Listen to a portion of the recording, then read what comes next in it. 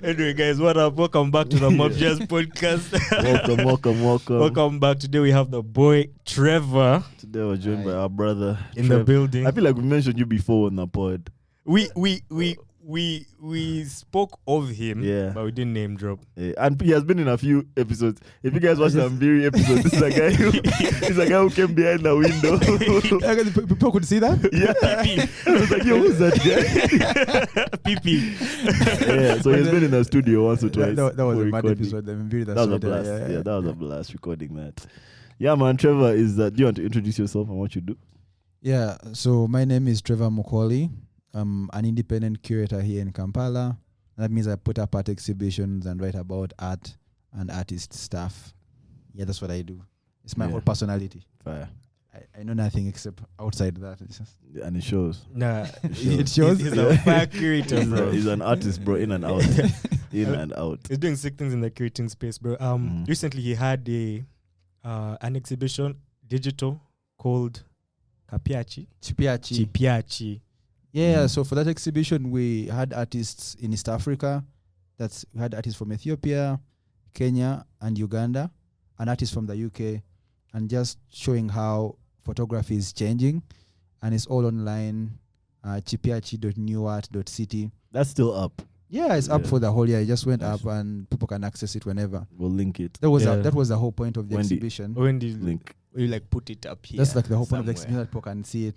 Because I feel like most people feel like art things are too intellectual and too high society. But that's not the case. I feel like everyone should have access to cultural experiences whenever and if they choose to do so. I feel like people have the opposite perception of art. They think it's not as intellectual as like STEM here in Uganda. Who are you hanging out with? Yeah, disagree completely, bro. Here in Uganda. So high society, even like certain people in the middle class still feel like it's just too, it's not accessible. Yeah. So why do parents have an issue with guys joining art? Because artists are poor. Yeah. Very few. Okay, this art works in the art world. The people who make money make a lot of it. And the people who don't make money don't make any at all. And that's like a very big problem. And the percentage of people who make money in art is quite small. We have very few rich people in art. Okay. He said we speaking French. But you have artists in this country who sell paintings at 100,000 US. You have artists in this country who sell paintings at 50,000 US, and they sell multiple paintings. You show me them. Then you have artists who spend 2 years not even selling a single thing. That's because they're not talented. It's just lots of factors come into play, and that's why most parents fear a career in the arts for their kids. Yeah, there's just not enough successful people. It's not typically stable. Yeah. Because you can track the career success of an accountant. You know, I do my CPA. I put in maybe 5 years. I can bump up like maybe. Yeah, manager. You just know there's clear progression. But as an artist, you can be like, you can wake up one day and you're like doing really well and you're selling art, and next day the world moves on, and then that is it. Yeah. So that world, most parents fear it because it's not typically stable and you can't track it like a normal career. And that's the most parents sort of like fear for their kids to do that. Yeah, and I feel like creative work. Just didn't have like an industry around it here per se that's very tangible that like they can look at. Structure, not visible. Yeah, like what are the jobs? Yeah, what jobs will you get? Like most of our art events seem very underground, bro. Yeah, everything just seems to be like stuck in that community. Yeah, so it's like a closed off clique of people. Yeah, but I would say the industry is just beginning to grow here. And I would say in East Africa, because now you can see art auctions coming up, lots of galleries opening. Even people like me now have jobs where we get paid monthly income. So I would say Trevor works for Motive also. Shout out Motive. Shout out to Motive. Hey, my boss. Yeah. But yeah, the industry is just beginning to grow locally here. But what sort of like is sad is that all this money is coming in from the West, and lots of money is being pumped into the arts. What's going to happen is that exclusion is going to be more. You're going to have an art industry with very few Ugandans working in it. Yeah. Because now, so it's really weird how all these things form. And I would say I'm glad a bit that the industry is growing this slowly, because now we're a bit under the radar. Yeah. There are things we escape. Because we'll be getting violated.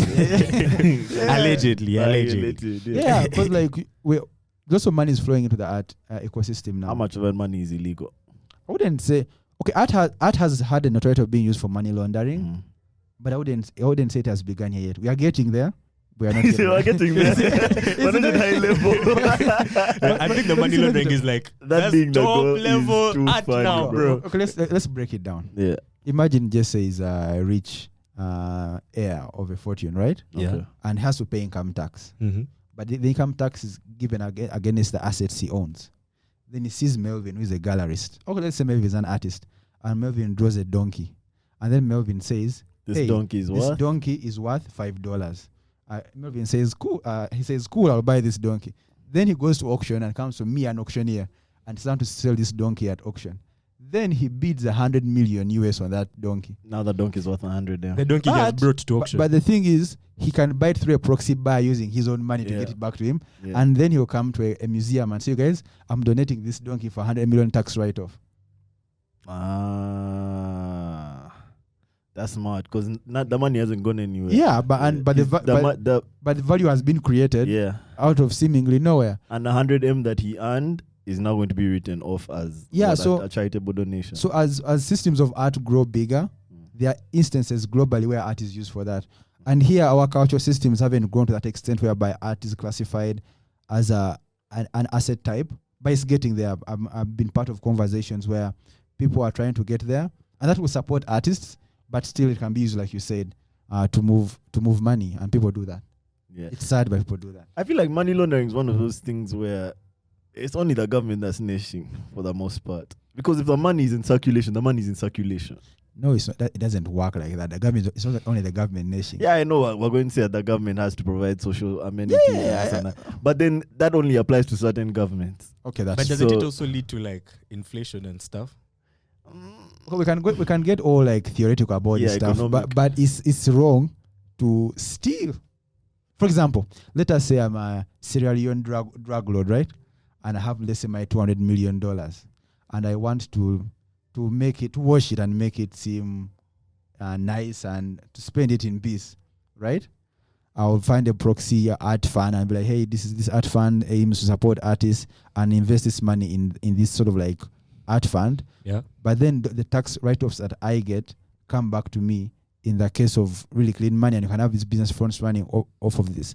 So what that facilitates is a range of criminal activities which are so sophisticated and so fast spread that you and I can't even imagine it. Bruh, I'm following you. Like, this stuff is highly sophisticated because you lost me somewhere when you're explaining money laundering. Like, somewhere in there. Because this stuff sounds so technical. But let's say... have you understood like, just like the basic way in which the money would get loaned? Like just the 1, 2, 3. So you buy an art piece at an auction. That's one of the ways you can launder money. What he said is... Or you can move it through foundations. Yeah. Yeah. So like and this might. Although you want to understand how this laundering would work. Yes. Just in case. Let's go back to the laundering. But the thing is, it's sort of like Trevor is an artist. It may make you skeptical and about. You're a billionaire. Yes. So you go to Trevor and buy a painting from him at whatever price he said. Yes. Maybe even be 1 shilling. Yeah. Then you bring that painting to me and say, I own this painting and I want to auction it and my starting price is 100 mil. Yeah. So me, I auction it and someone buys it, but that someone might be someone who just paid. Yeah. You got to come and show up. Either someone you paid or a company owner or whatever comes and buys that art piece at 100M from me. Mm-hmm. That art piece is now worth 100M. Okay. So I take that art piece to say Uganda Museum and say, I bought this art piece. It's worth this much money and I'm donating it to you guys for a tax write-off, as in... Yeah, because all public donations get a tax write-off, yeah. Okay. If you donate, say if you earn a certain amount of money, say if I earn $200 million in a year, and then I say that 100 million of that money was donated to charity. Mm-hmm. You get a tax write-off. in tax that much. Yeah. So now it's just 100M of your money that you still have.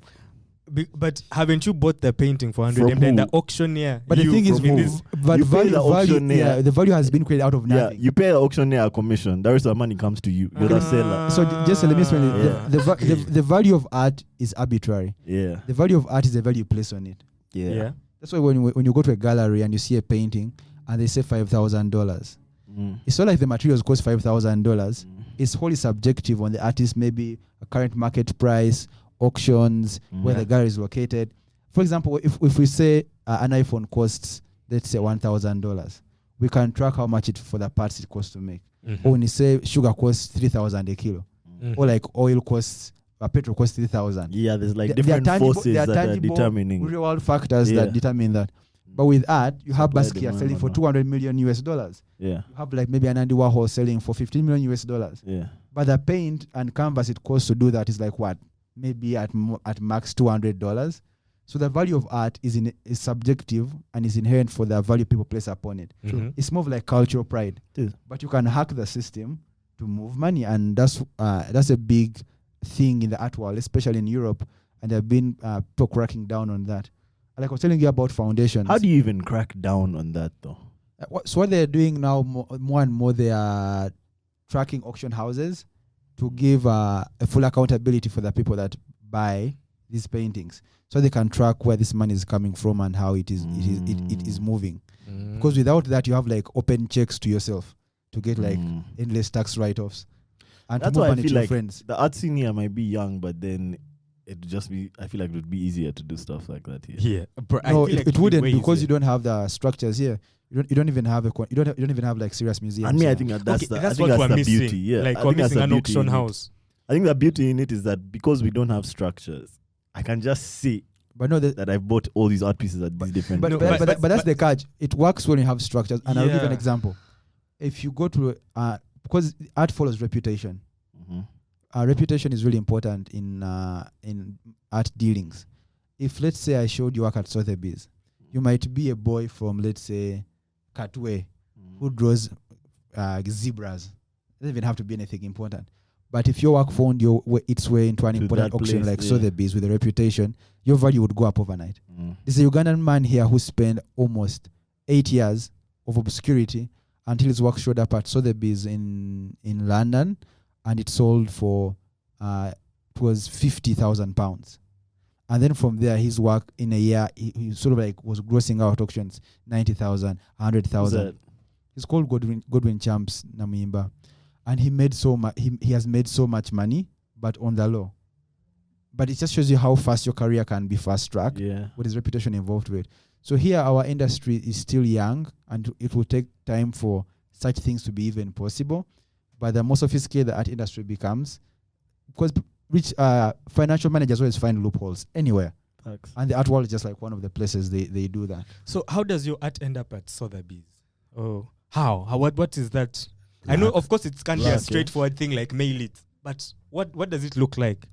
I would say like for artists, you have like three things. You have three things going on for you.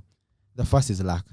I can tell you might be the most talented artist to exist on planet Earth, but to get the right attention for your work, I think it's a game of luck. Luck is heavily involved. That's true. I think in every field almost. And then like also how the artist, the education you have, if you have like an MFA, you have gone to really good art school, you have like good networks, because that world is mostly networks to get you through. And then 3, the work has to be interesting. It helps if the work is actually interesting. It's actually fire, So we have Ugandans who have gotten dealers. There's Ian Mwesiga, he's really successful. Now there's Colin Sekajugo, who's going to the Venice Biennale. Have you guys heard of the Venice Biennale? You told me about this a while back. Yeah. But you can tell us for our viewers. Yeah, for all of you who don't know, and this is a shame, the Venice Biennale is one of the biggest cultural experiences globally. So all countries in the world come and rent out pavilions, and this was the first time Uganda has gone to Venice. And we took 2 artists, one guy called Colin Sekajugo and one lady called Pamela Achai. We met her. Yeah. We saw like her. Yeah. That was her pre-show before she went to Venice. That's the work she showed in Venice. I mean, it's a bit cookie. And but said cookie, cookie like, all cookie like. I would say I didn't understand her work entirely, but Colin showed paintings. Okay. But yeah, Colin Sekajugo too. There's Paul Ndema. There's Stacey Gillian. These are Ugandan artists who are really successful internationally, but no one knows them here. But how they got there is through networks, is through planning your career, because you have to be strategic.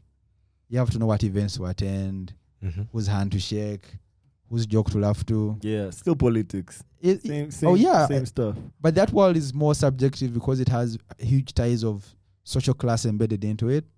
Let's say we hang out and I'm a curator and you go to a bar and I'm like, yes, I'll have the 2015 Chardonnay. And you ask for an ego. I wouldn't like, I'm not talking this guy. Really? I jump against Eagle Haga. I don't have anything. I'm using it as an example, but that one has just like freedom. That wall it is sweet. that wall as it is, the way it is, that wall has I would say heavy connotations of social class.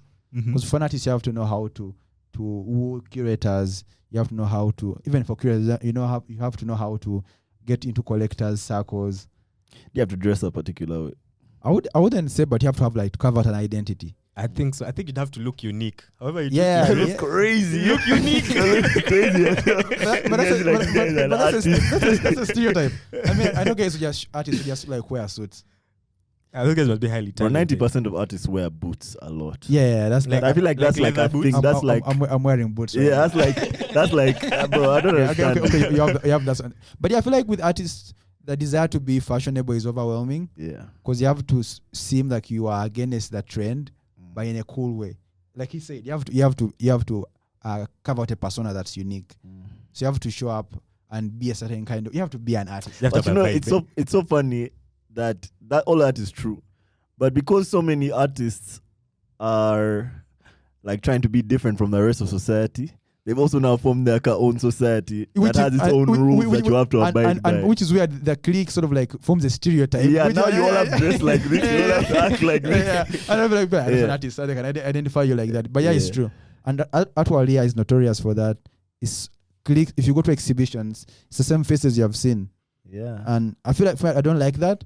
That's why I try with my exhibitions to grow it out into the general public, because I want to be famous locally and sort of like compete with musicians, I guess. Because they're also artists, but for them, they are lucky that their craft is more widespread. There's an industry around it already that's taking your talent and give you back cash. And I feel like music has just been, it's like blended into regular life. Yeah. So like Fireboy. I would say Fireboy has been famous for what, like 3 years now? Yeah, a couple of years. Yeah. Like 2018, 2017. Yeah, but you can see the impact he has on people when he did his concert here. You can have an artist here who has been successful for 15 years and no one gives a damn about them. Unless he's in his car community. Yeah, not because his art is not good enough, but because artists have not cared enough and have not worked hard enough to involve the public in what they. I feel like artists here in Uganda have not worked hard enough to cater to the public, because most of their money comes from the West. So as long as you're getting your checks, at least in the West, there was definitely a period where like artists were really, really famous. Like they were the most recognizable guys. But even it's still there. Like artists in the West are like really big. They put on museum shows and they museums sell out. Yeah, Banksy. Yeah, but that might just be because the art community is bigger. Like the people who appreciate art is just bigger than it is here. But look at artists have, like, if you look at America now, you have Jay-Z sort of like rapping about his collection. Yeah. You have Swiss Beats and Alicia Keys sort of like collecting. Actually, there's an artist here in Uganda who's collected by Swiss Beats and Alicia Keys. Her name is Sungi Mlengea. I love her shit. In 2018, she's the one that does like the black and white. And like the white silhouettes. Is blended into that. I love her stuff. See, you're the only Philistine on this podcast. Usually I'm not. Yes. Philistine. So in 2018, Swiss Beats bought that babe's work in Investec, a Sanat fair in Cape Town. And no one knew her because she had just spent 1 year on that scene. This is why I say luck is important. Like the timing is important. So after Swiss Beats collected her work, everyone now wants. She became so in demand that her work is practically like on a waiting list. Yeah, I haven't seen any piece of hers that hasn't already been bought. Yeah, every piece that I've seen on display has already been purchased. Yeah.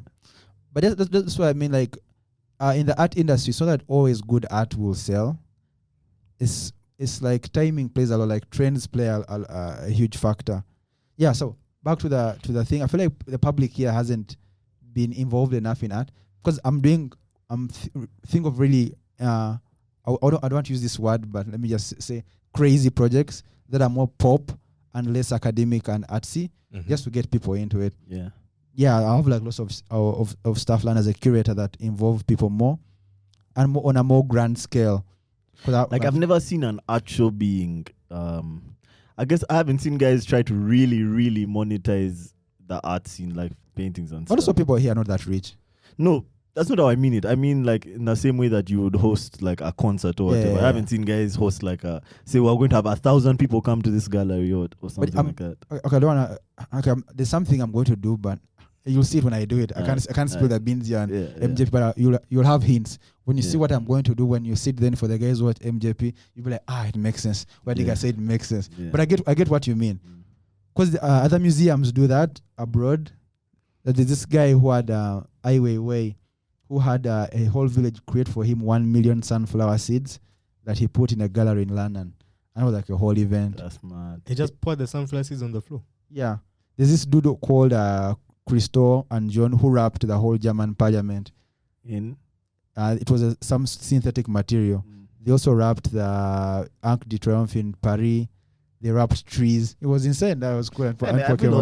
Maybe we shouldn't be blamed for not having like a proper art culture here, because most of our art was stolen. What do you understand? Get out of here. What do you understand? You guys robbed us of our culture. Now you want us to appreciate it again. It's true. Yeah. African art was. That's why we have no museums, bro. Okay, it's true. African art has been stolen. Yeah. Is that looted. It looted in metric tons. Yeah. Almost 70%. Okay, and this number is derivative of the museums in England of African art is stolen stuff. And the irony is that when Africans ask for it back, they're like, we can't give this to you back because you don't know how to take care of it. Yeah. And people are like, how can you come and steal from my house? Then you told me imagine I come to your house, steal your TV, and I'm like, after a week you come back, I'm like, man, I can't give this TV back. It's just so good. Yeah. I don't think you can take care of it. And that's like the dilemma. But we can't blame that for too long. We have had independence for how many years? Not many, bro. And I'll give you a story. Just 2 years back. Sometimes I really think about it. 50 years is not that long. Yeah, but Trevor in particular has no tolerance for this victim mentality we have in this area. But the thing is, we cannot continue to excuse incompetence. And I'll give you a story, a real life story. This was like in 2019. So the Italian embassy organized the show of Leonardo da Vinci's paintings, prints. I remember that. Yeah, Opera Omnia.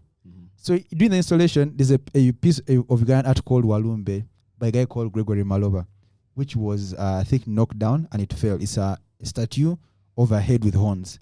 And one of the horns broke. But by God's grace, wallahi, no one in the museum talked about it until some white dude went on Twitter and complained and said, guys, you cannot destroy such an artifact and not have it restored. Then he called upon the Italian ambassador to have it restored.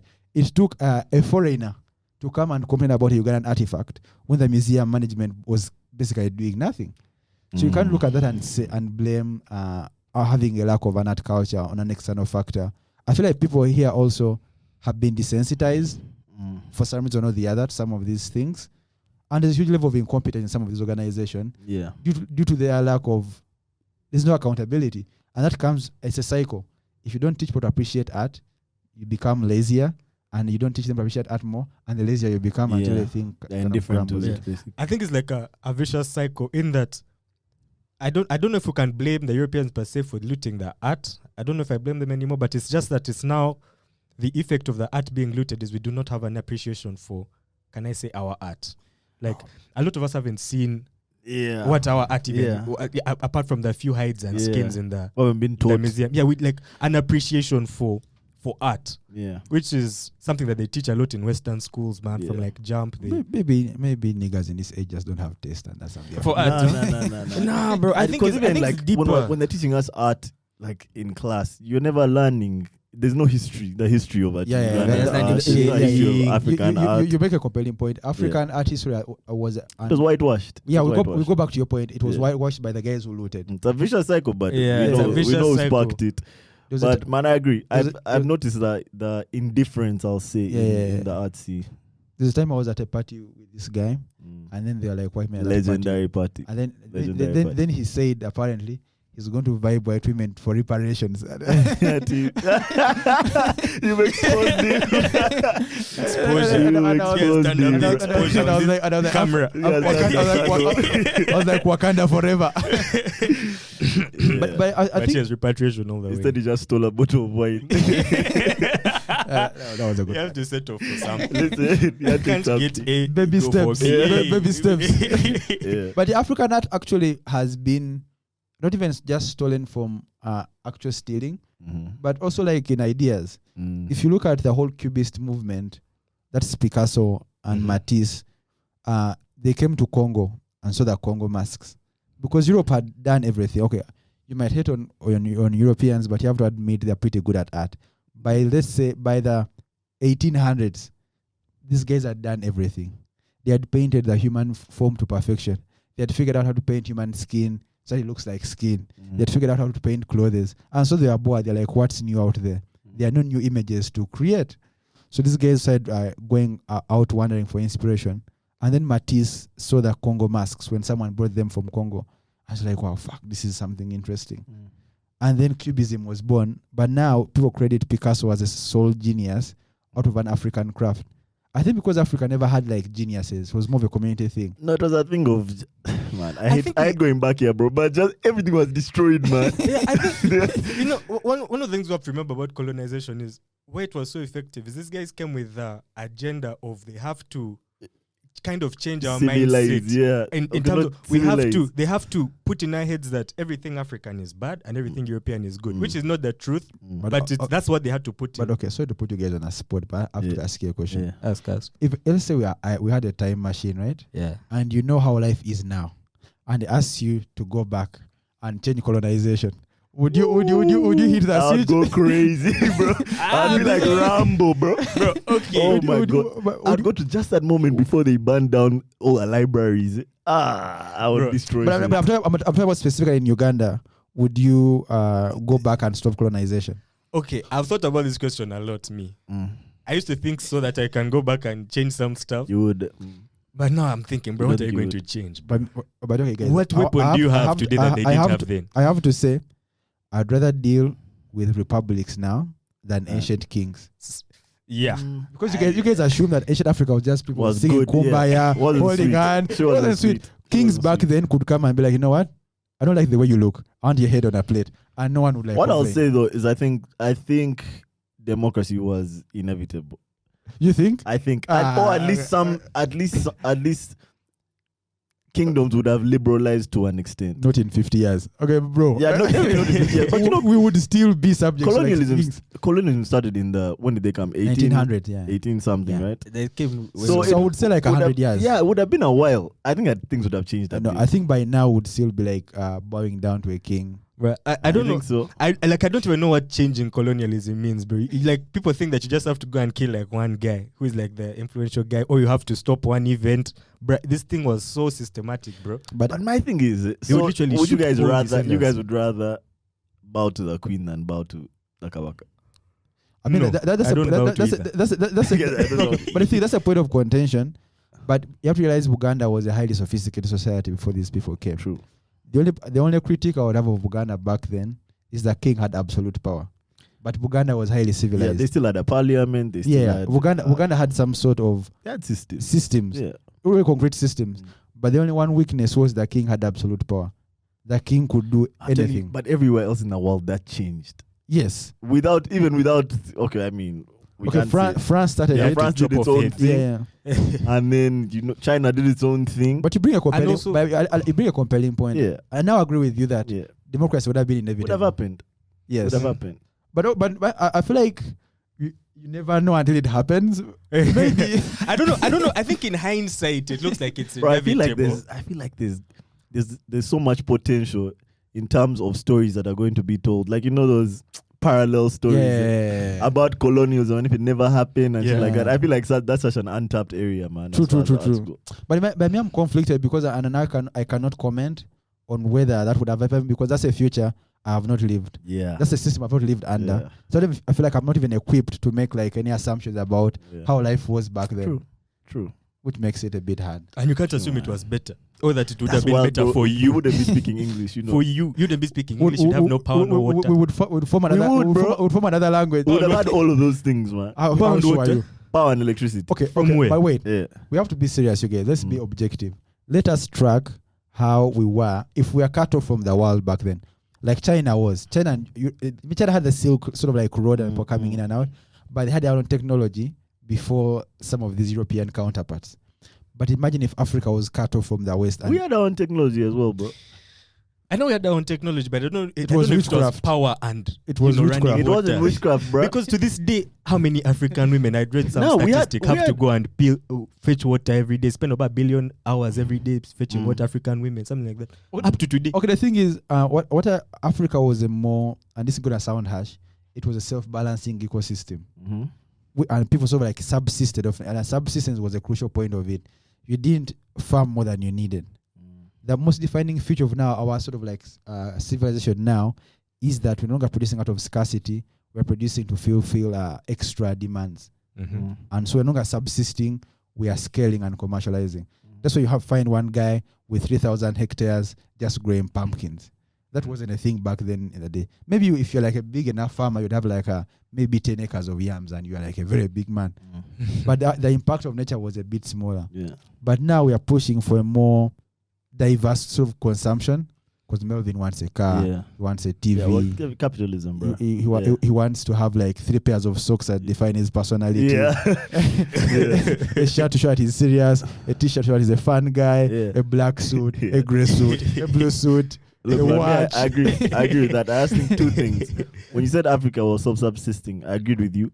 But I think it was even more self-subsisting like pre-agriculture, bro. Pre like settlement and stuff. Like hunter Just guys moving in some way that was just the more natural way. But the harsher part of that is that as a human being, you're not insulated from the violence of nature.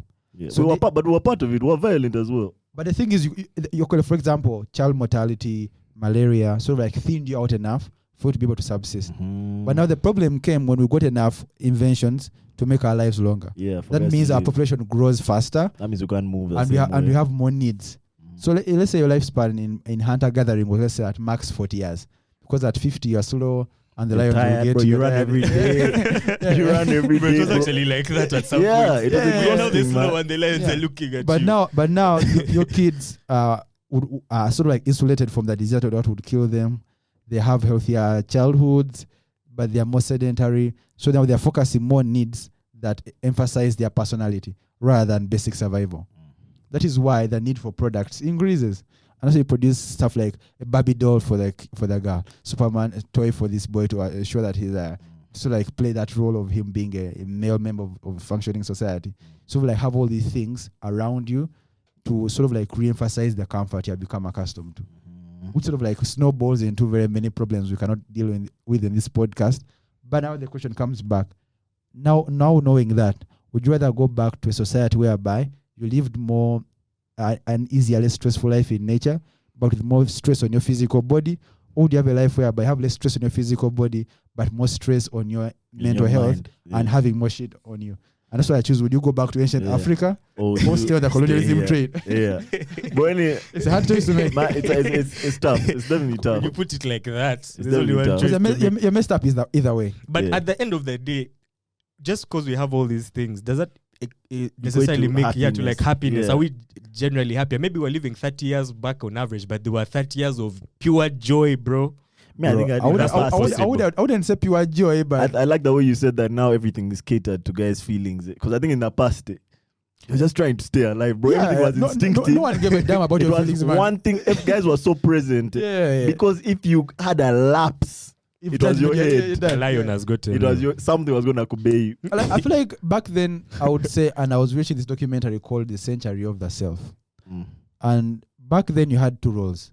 You're either maintaining power and wealth from people who are trying to get it from you, or you are like trying to get wealth and survive. Let's say you are a small time village man. All your friends are telling you, man, look at how poor Melvin is. He has 1 cow. What kind of man is that? How will he marry a woman? So all your efforts will be devoted to one singular task, which is growing wealth to get a home. And after you go to that home, you'd relax in that achievement. But now, you're comparing yourself to people around the world who want skills financially way greater than you. And now you have to assert your personality to feel like you match up to them. In ancient Africa, all you knew was that your village mates. Yeah, but now and like even in ancient Africa, things weren't as personalized. I wasn't thinking personal wealth. Yeah. I'm thinking, does the community have food? Are the kids eating? Are the women fertile? Stuff like that. But I wouldn't say that the level of wealth was singular. Let's say, other than Karamajong, it was cows. And you all dress the same. as men, you Yeah. sort of like had some sort of a peership. Yeah, for them, kinship. maybe it was more like strength. But The now, strongest, who jumps the highest. but still, that was a uniform, easily definable goal. yeah. But now in Kampala, imagine you go to a party. There are so many signs of status. You have to find something to cling on. Yeah. It's true. There are dudes who like look good, Yeah. and that's like their thing. There are dudes who have money, and that's their thing. But now physical strength. The guys who can dance. Their physical strength is Dancing guys. No, but I think it has always been like Dancing that. guys, No. man.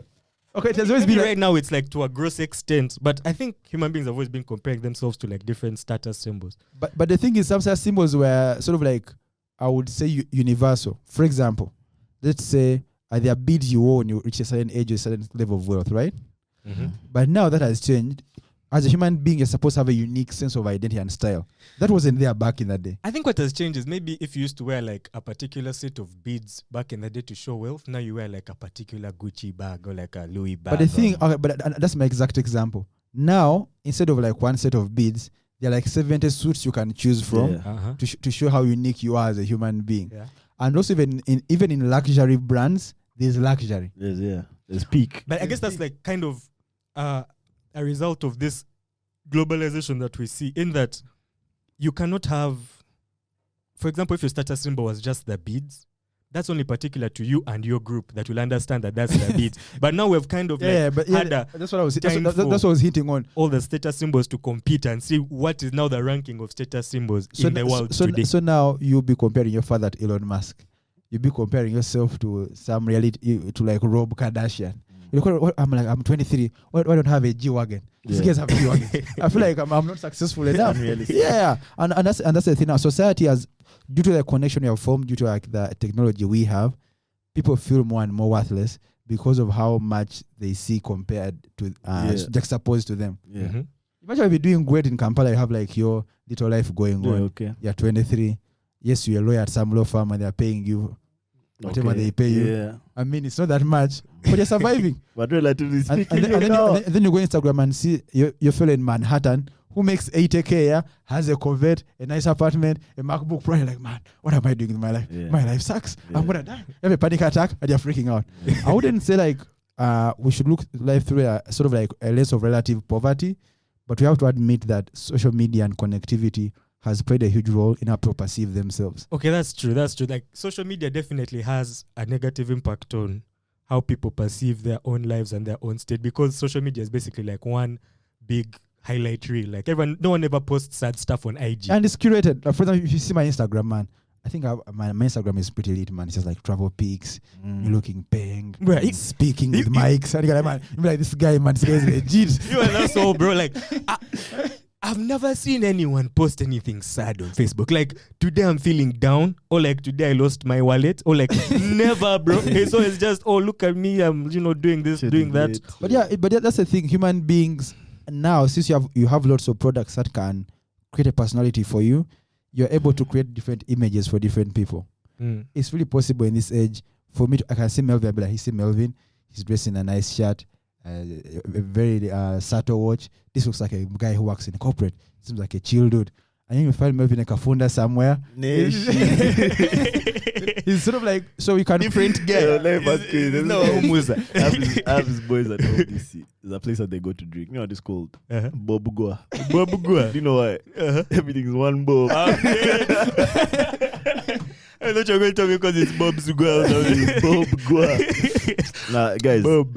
I don't want serious this podcast. Let's talk about some other some fun things. I dragged you guys into my world of art and That was a good conversation. But I want to talk about Fireboy, man. I didn't go. I need updates. Let's. Fireboy was this weekend. Fireboy in Kampala. I need updates. Suna Ben performed. Organized by. But I never thought. I thought Suna Ben was like sarcasm and like. But I think like, do you guys enjoy that guy? Okay, so I guess I think it's sarcasm. For me, it's sarcasm. Like, I did not know Suna Ben before the TikTok videos. Oh, you saw TikToks? I saw I TikTok. didn't see any TikToks, but I didn't know what to expect. Bro, there was one particular TikTok I saw of Suna Ben. But this is the one that made me like question who is Suna. He was like, basically, he's not in this TikTok at all. He's just posting the crowd. He's playing, doing his DJ thing. Oh, I've seen that one. Of that guy is on top of each Of guys, were bro. in a mad pile on top of each other. He's like a pile. 10 men high. All of them lying one on top of each other. Shirtless. Belly to back. 10 guys forming a triangle. Bruh. Then out of nowhere, the 11th guy goes and climbs this mound of guys. Spreads his legs into a split, spreads his arms and starts whining his waist on top of all these guys, and I'm wondering, bruh, where are the babes? Yeah, but how do you feel like it translated to the Fireboy crowd? Man, funny enough, I didn't notice Suna Ben was on stage, if I'm being all the way honest. Bro, You did notice. I didn't notice. Like, Now me, I was very. I don't know what I was up to I'm at not the gonna. time. That's why you weren't attentive. Do you guys, but do you guys think they told him to tone him down for Fireboy? Not a Nada. chance. If he turned it down, he turned it down by himself. No, I was present. I was watching everything. I remember when they announced that he was coming on. I remember him coming on. He first came on with just his mic and MC'd. Like he was shouting. Guys were confused. Like as in a dazed crowd. Guys were like, huh? What's going on here? But he yelled and yelled until guys got amped. And guys started shouting. "Yay!" But I think that he's just not really experienced yet with that setting. Because he shouted, then stopped and walked to the back now to go to the booth. And then he had like an aux or something. He plugged this thing in and started DJing. But yeah, man, that sound was kind of off. There's just listen, it just to me, it just really didn't live up to the hype. But then I understood it because it was his first time. But you have to give it up to the guys who shout out to him. influence, but also even the guys who influenced the whole gig. Yeah, they built hype for that guy. Yeah. For Suna Ben. They built hype for him. Twitter. But I feel like Suna Ben has his own hype. He does. Suna Ben is his own entity. Bro, let me tell you, my doing guys, his big thing in I keep telling you about TikTok. the guys at my gate. When that guy, I talked to that guy about Suna Ben today for like 30 minutes. He told me about all the shit that guy did, all the mad raves that guy has thrown, But- how much guys fuck with him. Realize some of us think we're in the party circuit. But there's also like alternative party circuits that we don't know about. And guys are going hard. Suna Ben is one of those the alternate Muntu paths. Awansi, like party scene, it's different. It's bro. intense. Those guys are mob, bro. But Suna Ben, the wildest thing about that guy, there are never girls at his shows, bro. And I think that's what messed up the Blankets thing, because Blankets was like 80% things. Female, bro. So they were all like, Suna Ben was that blanket? No, I think- Fireboy.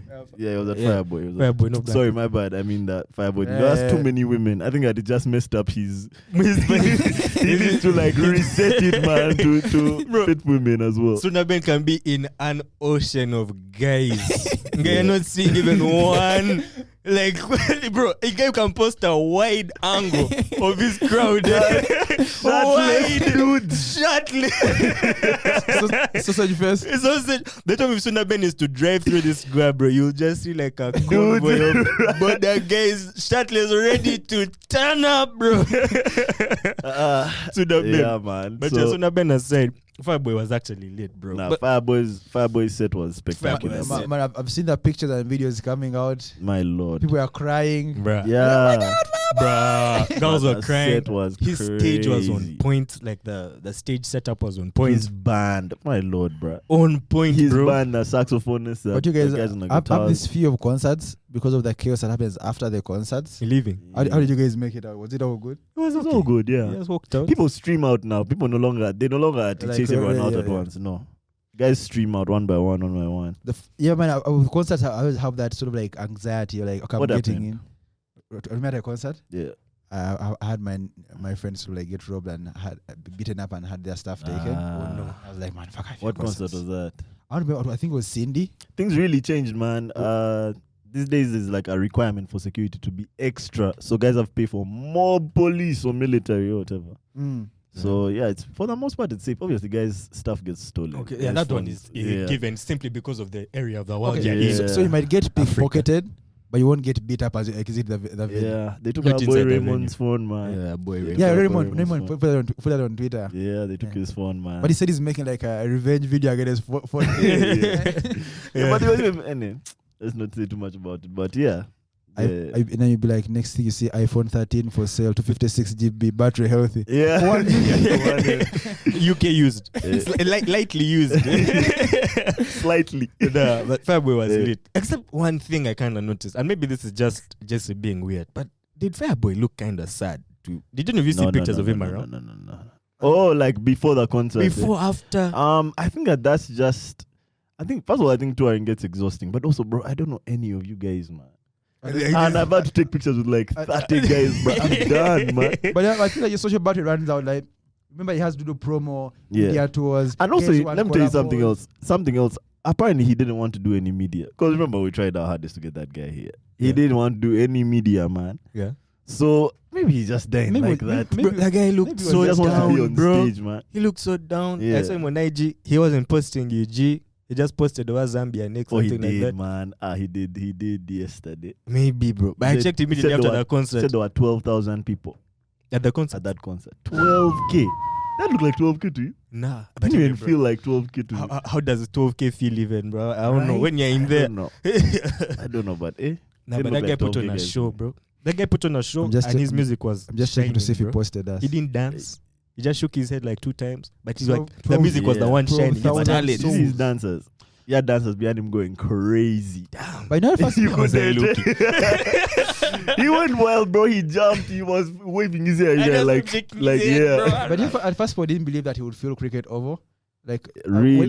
when like they're marketing on Twitter, people are like, man, people won't pay that much for Fireboy. Let You me tell you, won't feel cricket over. guys have been waiting for Fireboy since For like 2 years. 20. Like when did that first out? Did that one come out like in 2017? It came out the year before lockdown. 2019. 2019. Yeah, guys.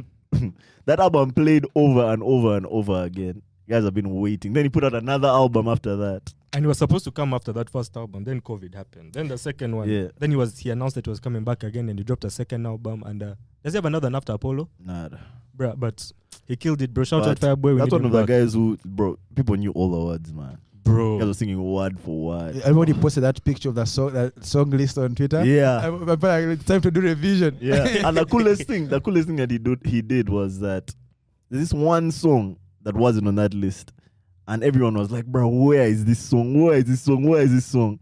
And then in the middle of his set, he said, so I know I posted my song list on Twitter and I saw everyone saying things, and then he just like, I don't remember how he did it, but he just like cued the band and he just started bass, boss.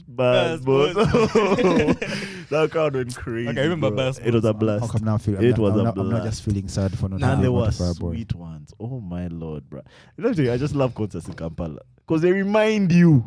I should have been hunting that night, you guys. Yeah, Hunter Brad, I can guarantee you, man. I should have hunted. It was like the old days. It was like the old days. Things were plentiful, bro. just plucking berries. Oh my lord, Wait. it was amazing, man. Did you meet any of our listeners?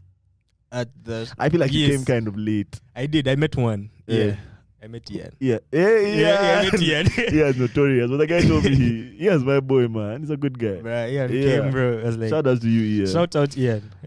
Nah, that means you missed, bro. But- There were sweet ones. But guys, I missed Several sweet ones. And they all wanted pictures, bro. Okay, you were enjoying. Fireboy, Yeah, you man. came late. Nah, you missed it. I'm not gonna lie, bro. I can't even console you. Bro, do you think that they need to change how they set up concerts? Like VIP. Yeah, bro, because sections. VIP and ordinary, it's almost the same shit. The only difference is that VIP is like straight All the way to in the front of stage. the stage. Ordinary is kind of on the side, but then there's guys in ordinary who have the exact same view as VIP. And then VVIP is also on the side, but like they're all the same to an extent. What Don't you think that organization do you want? it should be this? But also like for most Straightforward. Eh? Yeah, which I guess we don't have the VVIP, venues. We just don't have the right venues for them right now. yeah, like most But it should be VVIP in the front, then- VIP right behind them, and then and guys then ordinary yeah, behind yeah. everyone else. But also there should be like a thin line between ordinary and VIP. Like guys, let it be aspirational. Work a bit harder. Yeah, guys have been hating. Guys have really been hating on VIP this week. My- And the VIP was the same as my- ordinary. Because my brother does Yeah, guys. security, and he told me with Ghana concerts, and actually some artists, especially like show me a given example of Cindy's concert, that people will just spill over into VIP and also like get moshed up, Yeah, and nothing you yeah. can do about it. Yeah. And he says you have to actually know either just get a VVIP ticket or forget about it, Yeah. or you pay that VIP but knowing that people are gonna get in and This time they had a barrier between ordinary and VIP, but Yeah. it was more like that it was the same number of people Yeah. who had paid for VIP and ordinary. Like, But it I was the mean, same number of I met more ordinary guys in VIP. How Hey, did some they guy enter? came with. Like I released the guy and said, "Hey man, enjoy yourself." Like I said, "Nah, I'll come and fight you." Then he came and found me, bro. He said, "I just joined fight you." There's definitely ways of getting into VIP. Yeah. Me, I remember the Wizkid concert. Now the Wizkid concert, they set it up differently because VIP was behind VVIP. VVIP was right in front of the stage, but VVIP wasn't as big as this one was, but was right in front of the stage. I remember guys, certain people who I won't name, jumping over the barrier into VVIP. How's that, Like how's that even possible? It was super easy, bro. Once Once the performance starts, even the bouncers start watching that guy. Yeah, I'm dead. You guys just jumped over, bro. No, but trust you, G. And I know if you have some small cash for those bouncers, they'll let Yeah, you. no, easily. That's all the thieves get in there. But I mean, I wanted to ask, they you put guys the have gone to bouncers. concerts. Is the sound balanced? Let's say if you are a VVIP, is it louder for you than the guys who are at the back, or is it balanced all the way through? Nice balance. Nice The sound was balance. spectacular. It's Yeah. balanced. Yeah, it was really There's a point good. where, do you remember him stopping No. and saying, "Nah, sound is off," and they fixed it. Where was I You looking? were out of it. Bro, you didn't even go It for was this concert, blood. Yeah, I feel like we are the same. Wait, bro. Yeah. Might as well have It's still 95 It's Melvin giving us the updates. Yeah. You're like, man, this happened? Wait, that happened? Nah, the sound was really dope. Man. Bro, Fireboy was. But you guys, if I could afford VVIP, I would take my own security just in case I have like two guys just. Yeah, Stand- these guys would do that, but the problem is that standing you on have to pay for their ticket as well. But if you That's could nothing. afford VVIP, Yeah, that's you can afford not like two guys on call. On your Two extra table. guys, You eh? just add them on your table. What? Two guys on call, be like, we're getting the principal out here. Please bring the car around. Yeah. But those VVIP tickets, I think, sell out fast. They're the first to sell out. I think I so. think they just like by invitation. Just Because they by have like a table. list. They just mail guys and be like, hey, the concert is happening. You wanna come? For VVIP. Guys, we need to work hard. I make money and Facts. shine, bro. But not to just make you need to make the right friends, man. True. Because some guys But- just got into that. But shit it just- helps if you True have share. money. It helps. No, it helps. Severely. Yeah. It definitely helps. Yo, what do you guys think? Did you guys see the picture of Fireboy with Akon? With Akon? Yeah. Yeah. But why the hell is Who is Akon still Akon, doing in this that country? guy? What is he he doing? Who is Akon? Akon was around, musician. man. He was around. We. Doing what? Just a pick yesterday on Eid. Yeah. I Like, Akon bro, was like in the why are country. you here, man? Okay, I know Akon has Akon City supposed to be building somewhere in here. That's it, bro. Is that why he's here? Okay, Bro, I don't understand at the Akon. risk of sounding controversial, I don't buy that that guy is doing here, man. Oh. Akon City. He may just like the weather, by the way. Maybe he's like man, cheap food, hot babes. They call me Yeah. Akon. Why would I? It's a I simple just like thing, bro. chilling here. Here they know my songs. I told you too. guys there's a Pusha T line about Akon where he said I specialize in not getting locked up. Bro, Akon is doing some fraudulent things bro, that we have no If idea. you know, about. you know. Who is he here, What bro? are you doing here? Okay, why are you here on Ramadan? Why are you here? Undercover, low He key. came in he was in his full white thing, Cans, full yeah. white cans with white sandals in Serena Hotel. Bro. Anyway, I guess we'll find out. Some Everything will guys be tweet brought to killed the me. He light. said, "Is Akon on the run? Why is he here?" bro? Without the Who's the music, nigga just? But maybe it's not too far fetched that this country is actually a hospitable place and fun to live in. Yeah. And with good weather. Definitely not. Yeah. Definitely not. Maybe Akon was like, It's man, possible. like man, maybe I love Uganda. It's the cheap. weather is It's cheap so to chill. live here. Yeah. I love it here. He knows the president. I know the president. Yeah. And they're going to build this city somewhere in here, in this country. Akon City. But too. I don't understand like how Akon is convincing guys of that stuff. That guy has no prior experience building cities, man. Bruh, come on, this is Africa. This guy is Africa, bro. Okay, do you know the funny deals that get passed in this place? That bro? is Like, crazy. At least someone is bro. building, and this one is offering to build a city. But you know, fame is such an amazing thing, bro. Fame can get you into rooms. But Mhm. you also realize that you can create fame and personas. If you watch that Inventing Anna thing, you watched it.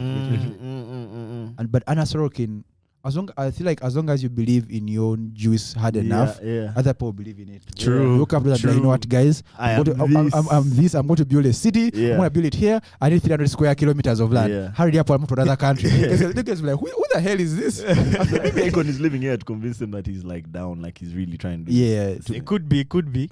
I hope so. What Because if that's it. that man surprises us and builds that city? I'll be surprised. That's what I'll I'll actually be happy, bro. I'll be surprised.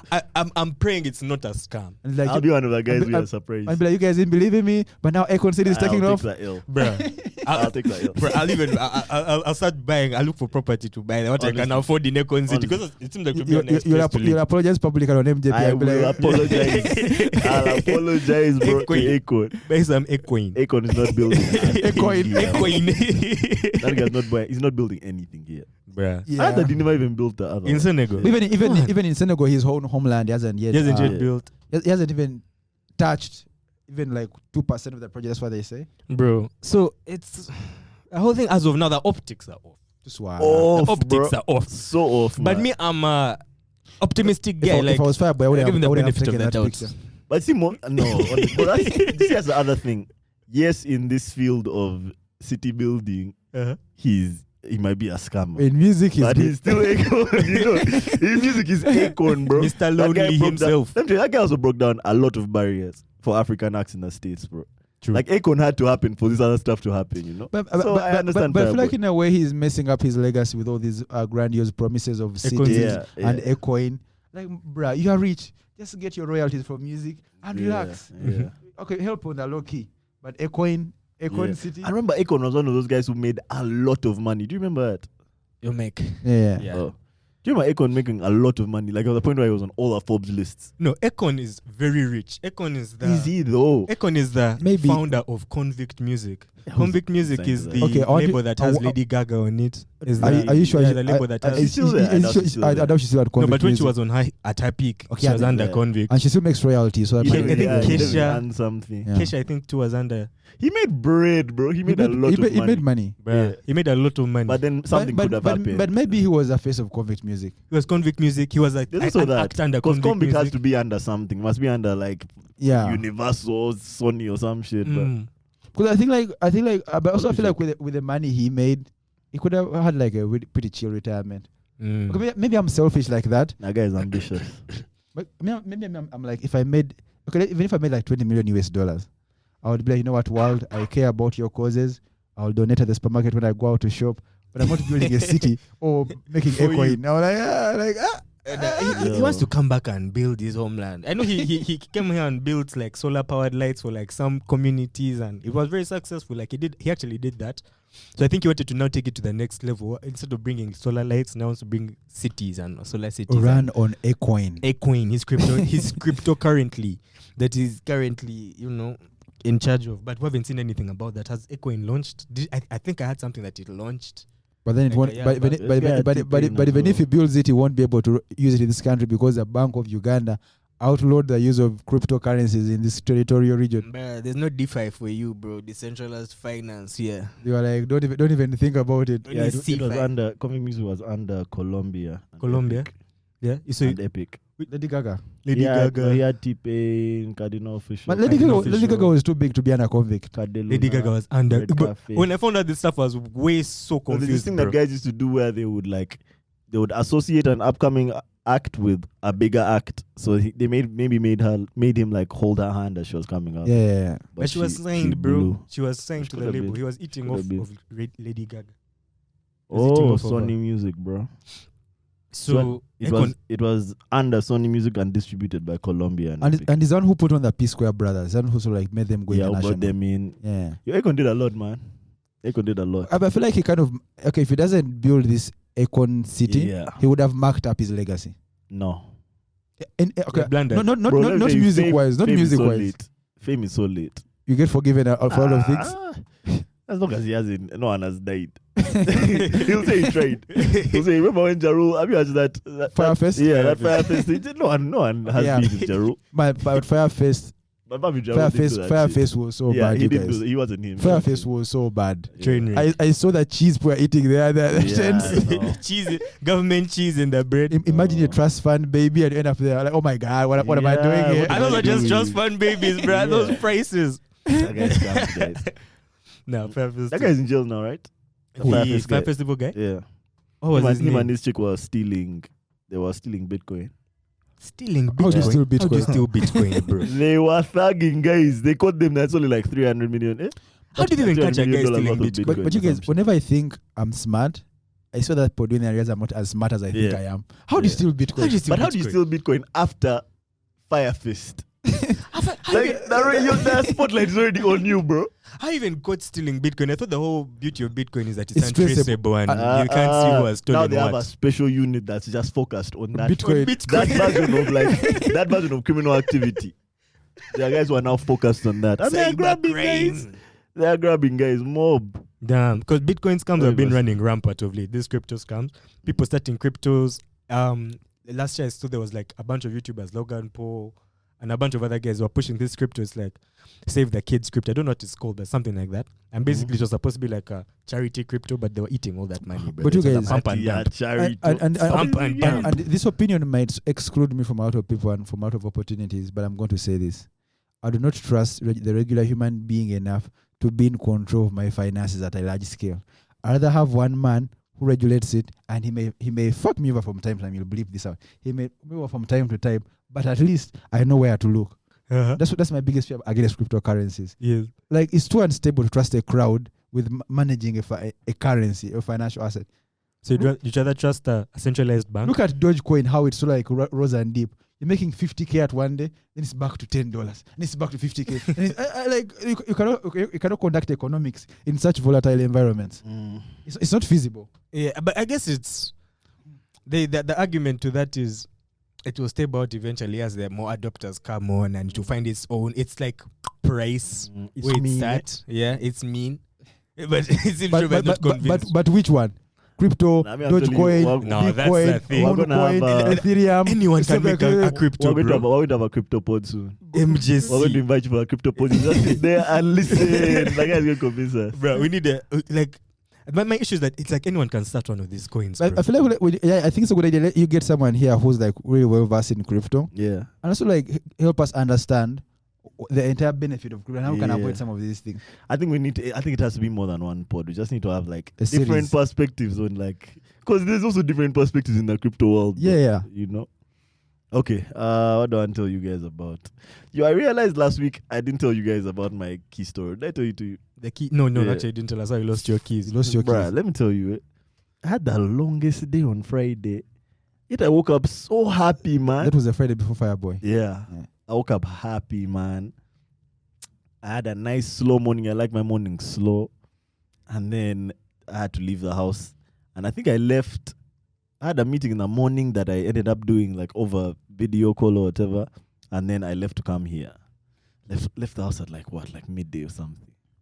But before I came here, my little sister had asked me to do an errand for her at the bank. So I went to the bank. I get to the bank. When I get to the door, the chick at the door says, "Where's your mask?" I'm like, damn. I walk back to the car, get my mask, come back. Enter the bank, do my transaction. But it was one of those transactions where you don't just go to one place. So I first went to like this side of the bank. Then I walked back to the other side of the bank. And now banks have like a place with the bank slips and stuff where you fill it in. So I do that, fill it in, go to the teller, do my business, and then I leave. So when I walk out of the bank, I'm talking to my mom because it was also one of her errands. And I'm talking to her. Then I tap my pockets and realize, oh, damn, I don't have my keys. But I'm not panicking because I'm thinking they'll probably be right there. But you had your car keys? Oh, that's the keys I to didn't your have car. my car keys. They're the ones that I lost. Fuck. I tap my pockets. I'm like, I said, this is nothing. I walk back into the bank. I go to the counter where I'd written. There are no keys. I turn, ask the tellers, nothing. But there's always an askari there. So I ask him, hey man, have you picked any keys here? The guy says, nope. I always pick. Whenever guys leave anything here, I'll pick it. So there's no way. I tell him, man, you help me ask. So he goes around asking. He asks all the guys, all the tellers, asks all that. You drove the car. Because I drove it there. You had the key. I had the key. So they ask all the people like at the inquiries desk. So because I also went to the inquiry desk at some point. So they say, where did you go? I said, I go to all the places. I check the chairs. I'm looking like under guys' legs and shit. I'm blah. And they said, last week some woman came here, said she had lost her keys, but we ended up finding them in her car. She had locked them in her car. So you went in. So now I'm thinking, damn. Maybe. When I went to get my mask, did I leave the key there? So you go back. But I walk to the car and I can't see any keys. Like, I'm looking through a window. My windows are see-through. I can't see any keys. So I'm like, did I leave it in the glove compartment? Because that's where the mask was. You know? And there was like a cape and an envelope on the chair. So I was like, did it just slide under these things? Bro, I was so but then how would the door lock if you did lock it? That's the thing. Some of these automatic cars lock themselves. So I was like, does my car lock itself? It had never locked itself. So I was so blah, man. So I had to call a mechanic. A guy comes and this is when I learned how these guys open doors. They jimmied the door open. They jimmy it open. They literally like, one guy will hold the door, pull it, and then another guy, he'll have like a big cloth or a sponge or something and a spanner. So he'll fix that in the door. So now the door is just kind of open. It's like it's being held ajar like this. Then you must reach in. Then he'll get like a, they don't do it that wide to a point where they destroy the door. They'll get like a wire. It's like a stronger wire. What is, like, you know those hang line wires? Yeah. One of those. They'll get it, stretch it out, and then put it in and start trying to press that car button that unlocks. Okay. So they tried that, but my car unlock button is deep. Like, you have to really press it for it to open. So that failed. So now the guy pulls the wire out and bends it. And then this time starts doing like this so he can just unlock the thing, you know? You use that thing, yeah. Put it on red. So you can put it on red, exactly. They try that, like a wire first gets stuck inside. They have to push it out now. Bro, it took a while. But eventually they open it. I check, the keys aren't in the car. I'm like, damn. So these guys, I pay these guys, they leave. I leave like the boot open. I go back to the bank. I say the keys are not in the car. That means they're in this bank. The manager says, "Now me, I don't know how I can help you unless you want to look at the CCTV footage." I say, "That's what I want." That's when I found out that you have to pay for CCTV footage. You paid? Yeah, you have to pay. How much did Why? they charge? 20 bob. Why do you have to pay for Did they give you a footage? receipt? Yeah, bro, I have to pay it into the bank. You Yeah, deposit into one you of their deposit accounts. into the account. Yeah, And they give you a receipt for it? yeah. And 20 bob. Blood. So I paid. I was like, bro, I don't care. I need my keys. I have a podcast to record in. Like, at this point, it's almost 3, bro. So I'm like, damn, I've been here for 2.5 hours looking for these keys. So they say, Kawa, tell me to wait there and to sit and wait. But before all of this had happened, at some point before I'd even noticed I'd lost my keys, at some point while I was still trying to do my transaction in the bank, this one lady, this insurance lady, had walked up to me and tried to sell me insurance. She worked for one of the insurance companies. She didn't even thingy them. So she tells me, "Can I speak to you?" What I say, let me just finish my transaction, and after that we can talk. But I had no intention, to be honest, I had no intention of Buying insurance. Yeah, of buying insurance. So anyway, I go to the CCTV cameras. Watch. I see myself walk in. I see myself walk back to get my mask. I see myself walk. But this whole time, I'm not seeing my keys anywhere. So eventually, I go to I see a point where I go to that car place where you ride from, and I always have my car shades bag. So I can see myself putting my phone on the counter, and then my shades bag is in this hand, and I write. And at that point, the manager is watching with me, and he's like, "I'm not seeing any keys." But then, as soon as I turn around and walk away from that writing place, my keys remain on that thingy. I'm like, "Those are my keys." So when I turn my back and I'm facing the teller, a guy who was behind me walks and finds the keys and like picks them and waves them, and it's like someone has left their keys. Just behind you. Yeah, but no one reacts. So he walks down the stairs and gives these keys to that insurance chick. Mm-hmm. How did you? And then he comes back up. Okay, this is a very wild story. So I was like, bro. So I was like, why? Those are my keys. That's a personal. So our manager is like panicky because before all of that he had said no. They've asked all my people. Now my people have the keys. And there's no way. Yeah, There's no way. yeah, nothing to do with it. And there's no way I can Nothing help can you. help their you. abilities. So he runs out of the room and goes to the chick. He's like, let me go and ask her. So he asks her, and that she gives him the keys. So he comes back and gives them to me. Bro, I walked out of that place. And I looked at her. I was like, bro, what are you doing? First of all, I sat in front of this chick. looking for Blah. Like at that point, when I had now given up, I sat in front of her. And my sister had also come to the bank, so she sat with me.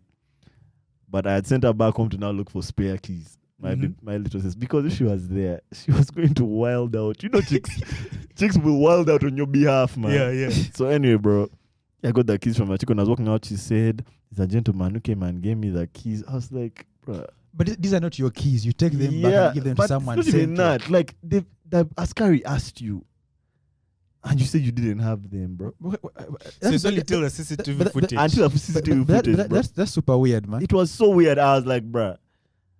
Was she chewing beef because I didn't buy the insurance? Okay, if it was me, I'm gonna be honest, I would be mad at them. You would have blown. I would have blown, but I would have said something. I'd be like, you should be ashamed of yourself. I was so tired. Do better. I was so hungry. I had a podcast to record in an hour. I literally drove home, ate, and then came here. I didn't even talk about it last week, bro. That's how ply I was. But I think whenever I get frustrated, I become angrier by the hour I wait. So after 3 hours, I'll be ready to blow. I'll be like, what the hell is wrong with you people? Yeah. I hear you. But sometimes you just have to. You can really start questioning yourself, like, bro, am I crazy? I can't lock itself. Did I drop his keys? Because also, you also start suspecting everyone. When I was walking towards the car, there was this border guy who was just stationed right by the car. And he kept looking at me. I was like, does this guy have my keys and he's waiting for me? Man. That must have been so disorienting. That was a tough day, bro. That was a tough day. After that, I just came, recorded that pod, and I went home after that, man. Went home, had an edible, just listened to music. Nah, but also that ends well, bro. At least the keys were in the bank. At least you found the keys. At least you found and I learned how keys, guys bro. open things. I'll never invite that. We hope this did awaken a new career in you. Not a new career, but that's one less thing I have to call a mechanic for. One less thing. I didn't know it was that straightforward. Yeah, but if you guys lose your keys, just holler at me. I learned. You have the skill. I learned. It's not hard. Yeah. It's not hard. It's when I watched in a movie. I forgot. This movie was called. A series called Better Call Saul. Yeah. But I don't believe this one is possible. This guy got like a string and made it like a tiny knot, and then he passed the string from the door apparently I remember that. onto the castle, then he tightened it. That was possible with those movie locks. You know the movie locks have like a stick, then like a kind of like head at the top, like a pin. But it's just smooth. Yeah, but I mean, like, And it's plastic. how much space is between the window and the door, bro? For you to put it down and then pull it up. Relax. I was like, nah. No one is that precise. Those movie doors only work when like the plot requires, bro. Like if the plot they need you to get out, it will lock and you can't open it, bro. Yeah. Anything else to talk about? Yeah, man. Did you guys see the? Actually, I was watching Andrea's story earlier today, and I saw her speak. Andrea's one of our friends, and I saw her speaking about this thing called the. Let me see what it's called. One sec. The anti-racism Facebook. It's like a book that they're giving apparently elementary school kids. That's in the US? Yeah, obviously. That's the only place where shit like this happens. And like such budget. The purpose is for them to like expose people in their vicinity who are racist, who they think are racist.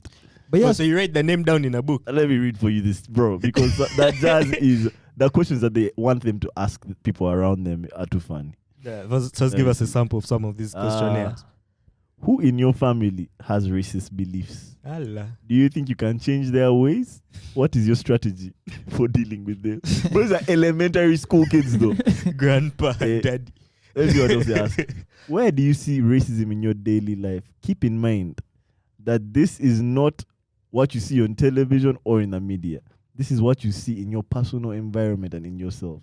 Write your answers below for each category. And if you don't see it in a certain area, it probably means you're not paying enough attention. But sort of like these discussions have been going on. Yeah. I would say for a few years now. Mm-hmm. I'm perhaps saying the left is leaning towards some sort of fascism, and it's not too. I wouldn't put it too far. They are now both extreme. Yeah. You have the extreme left and you have the extreme right. Yeah. And now, if you're like a normal human being, you're almost called a bigot for not deciding where to belong. Yeah, it's getting silly now. It's getting silly. Like political correctness on both sides. It's at an all-time high. The conservatives are deranged. The leftists are also deranged. And you're like, why would you ask a kid? Why would you tell them if you don't notice it? Then you're not paying looking hard attention. Yeah, because look, should the kid be looking for racism? After not paying enough attention thing, there are 3 boxes, right? The first one is overt, as in overt racism. The next one is subtle. The third is systemic. Bro, how am I supposed to know any of that in elementary school? And like overt and system. Yeah, like bro, even now, if you just go outside and ask a random, Kaka will be like, as in, what do you mean? Then the last one Last question. Where do you see racism in yourself? This requires true soul searching. Be real with yourself. Don't feel guilt or shame and own it. It's the first step in becoming an anti-racist. Anti-racist is also now like it's a term. It's a leftist term. Is this like a book they're giving out in schools? Yeah. What class are they giving this to? Elementary school is what, like What state? was Grade that? 1 I'm to like- grade I'm curious to see. like 6 or Six, 5 I or think. 6. 5 or 6. Yeah. But man, that's so weird. That's really okay, weird. the thing is, Jordan Peterson has talked about this, but I wouldn't say Jordan Peterson is the gold standard for rational political discourse. Mhm. But he made compelling points about what did you call it, a tyrannical left. For example, if you say something which is deemed not politically correct or racist, people will boo you or they will censor you so much that you won't have a platform to speak about it. True. Then he asks, if free speech is a thing, why then should people suffer irrevocable consequences Yeah. for saying things they believe in? Yeah, that's not even my biggest issue with that. I think my issue is just the lack of forgiveness. It's almost a thing of if you do this one thing that we consider wrong, it doesn't matter if you've reformed. Like, just because you've done that one thing, you just should never be forgiven. And your apology can never be enough. But if you also don't apologize, that's a zib. Then if you apologize and it seems half-hearted, that's a zib. But even though you apologize with all your heart, we still won't forgive you because you did that You shit. did the thing. Yeah. Yeah, exactly, bro. Because you believed it at some point. Like it's almost like the Joe Rogan thing where they Man, this was in remember. BC. Yeah, Man, I'm just seeing the news. you're seeing it. Yeah, And it's a public elementary school. yeah. Remember the Joe Rogan thing where they like the clip of him saying the N-word a bunch of times. Yeah. Did you ever see his apology, I read that he apologized. I didn't see the apology. bro? His apology. If you watched it, before you'd be like, hey, man. He has Yeah, I apologized. think this guy. He looks like he's being genuine. That guy explains. He says that all those videos are got from a period in time where I believed that like I could say that word because like just Free being. speech. It was a thing of like being a comedian. But the thing is, now it doesn't matter the kind of person you are. yeah, it doesn't matter if you've learned. Even if you have learned and you are Yeah. a nun and you're like, man, I revoked my ways. Yeah, If they find a tweet for 15 years ago, yeah, you are censored. exactly. But that's what like forces people to sort of like project an almost perfect social image, Mhm. which is wrong. People have biases, and that's okay. But the thing is, how you act towards these biases is the problem. Even if, let's say, I have a bias towards a certain sort of like, let's say, tribe here, and I spend time with them, and I learn that, okay, now it's so cool to say these things. If I refuse to change, then that is a problem. Yeah, But if my sort of like speech should not condemn me to lifelong exclusion and like yeah. losing my job and stuff I like think that. that, bro, I don't mistakes, think it's effective. Like, mistakes things like made that. out of ignorance shouldn't be treated the same as mistakes made out of hatred But or man, like But man, this question here is scary. that's crazy to ask kids that stuff. That's crazy. Where But is bro, racism in yourself? America is a crazy place. Maybe this is what it takes. America's a simulation. Exactly. That's Yeah. what I was thinking the whole time. These guys Yeah. live in a very, very like it's. I now understand of late why people say things like they live in a a simulation and Yeah. whatnot, because these guys seem like they're so far removed from Actual reality. like basic needs, like what the basic needs of like a human being. These guys are like Ah. on some other like theoretical level now about like what it is to be exactly a human Yeah. being. What should your biases be? You should drink 8 cups of water a day. You should Yeah. not eat meat. You should not eat. But it's so detached from like my reality. Me as me like growing up Yeah. here in like a simpler None of it place, makes bro. sense. like. But I would say that the biggest desire is that you have in America, and I've not analyzed this to have a concrete opinion, but from what I've seen, is that no one is willing to make concessions. The left has ideas on how society should run, like And which, the right which, does. which are not rooted in reality, and also like the right has ideas which establish an existing status quo, but want to make it even worse. Yeah. Mm. And then there's no middle ground for these things. People feel like they're like you're either with us or against us. Yeah. And that's sort of like extremities at both ends are making society more and more toxic that Yeah. side. Yeah. And it's getting worse and worse. And the whole thing is exasperated by social media, bro. Because Yeah. this social media is run on algorithms that literally are Just told. keep reproducing that shit you want to see. Yeah, they tell the algorithm like just increase this guy's watch time. We need him here longer. Just keep So to showing that shit. to just That give you same But shit. what you like, but bro. also I was watching this documentary. It's called Century of the Self. And if people assume that human beings are rational creatures governed by information, but no, human beings actually can be influenced through marketing and targeted Easy. data and information. And and I've seen this on social media, you can influence people's decisions by reinforcement and various psychological techniques. Yeah. And you see this on Twitter. You see it's a sort of like group of people who are so used to their own sort of like style of conversing. They form a community that is almost unbreakable. The Sabula gang. Everyone is in a bubble. Everyone is That's something I've noticed about Twitter, bro. Sometimes I'll be on Twitter and I'll see someone with like 40,000 followers. And I'm like, bro, Why? who the hell are you? And like, I'll go to their stuff and I'm like, bro, I've never seen this in my life. And yet my TL is just filled with the same guys. And almost all the guys on my TL have like 2K, 3K, 4K, regular dudes. We're all in our own bubbles in social media and in this digital landscape, bro. Like, no one is viewing the whole internet. No one is, except very few people that go out of their way to get differing opinions. But the rest of us have all been sectioned off into like a bubble that the algorithm thinks you like. Thinking about stuff objectively is hard. Of course. So it's simple if you have people, and that's why society sort of like gave power to media, celebrities. It's easy if people giving you worldviews. Life becomes so much simpler. Indeed. But the challenge with that is that you might get behind causes you don't fully understand and do things you don't actually fully understand the consequences of. Yeah. Because man, just thinking in this day and age is so hard. To fact check every single article you read, to sort of like think twice about information you take in. It takes mental energy and space. Yeah, but see, even with stuff like that, even with stuff like that, like just going behind a cause that you don't believe in, human beings have always been okay with that. As long as they're not directly held responsible for it. True. So as long as there's always a guy at the top who they can blame when everything falls apart, guys are okay with that. People are doing, it's true. Like groups encourage people. Groupthink encourages people to engage in behavior they wouldn't do as individuals. Because as a group, we might be like, you know what, man. Because I can still like cuss at people and say things on social media. Yeah. But if you put someone in a room, just someone and be like, you tell them what you said. They won't. They wouldn't. Have you guys watched? Except that guy who was disturbing Mike Tyson on the plane. My God. And they got what it was. That guy is a smooth-brained individual. He's not yet sued, has he? Has he sued yet? But what did he sue for? Because it was harassing that dude in public. Bro, come on. Yeah, but also for assault. But I don't think he'll win. You'll be shocked. I was asking you guys, are you guys watching New Atlanta yet? I don't watch Atlanta. Yeah, this season of Atlanta is so... You have to, bro. I'm waiting for it to finish before I get into fired. So episode 6 and 7 are both very...